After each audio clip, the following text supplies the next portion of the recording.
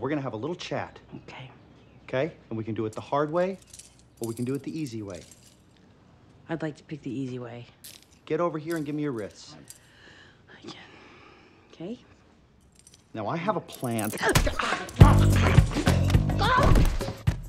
a lady! Give me your...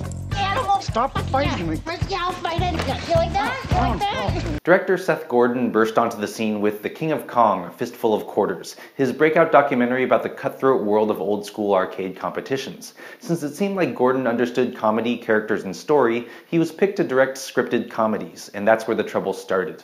First was Four Christmases in 2008, which earned a dismal 25% on Rotten Tomatoes. Then 2011's truly crummy Horrible Bosses, which squandered a top-notch comedic cast. And now we have Identity Thief, starring Jason Bateman and Melissa McCarthy, two of the most well-regarded actors in comedy.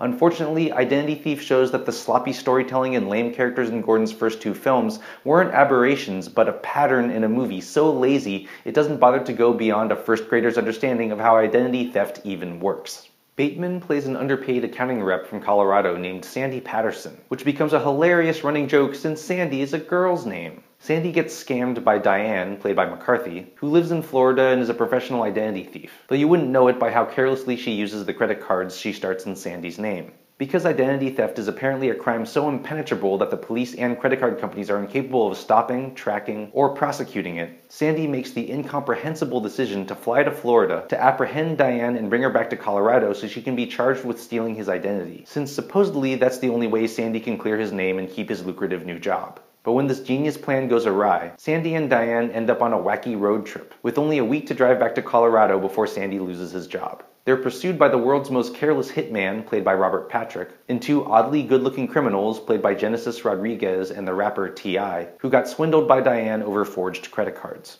I know identity theft isn't a documentary, but as with Horrible Bosses, it's impossible to get past how stupid the film's premise and all the characters are. The movie seems to take place in a world where identity theft doesn't exist, where credit card companies see no red flags when a man from Colorado starts multiple cards in Florida and racks up thousands in unusual charges. Sandy seems powerless to cancel any of Diane's fraudulent cards, and the police are totally unwilling or unable to stop her, despite the fact that they have her photo and address. Not only does Sandy's ridiculous scheme make no sense, but Sandy's wife as well as the police basically sign off on his plan to essentially become a bounty hunter and capture and transport a potentially dangerous criminal across state lines. In addition, the hitman trying to find Sandy and Diane seems to be going out of his way to draw attention to himself by needlessly threatening people. And Sandy's new boss, played by John Cho, is so clueless about identity theft that he plans to fire Sandy for things he couldn't possibly have done. This might cut it for a movie about people with traumatic brain injuries, but not in a world of seemingly normal people. But the biggest shame in all of this is that while Bateman is adequate at playing the exasperated straight man, McCarthy really shines as a career thief who spends her loot trying to get people to like her, which could be a potentially fascinating character.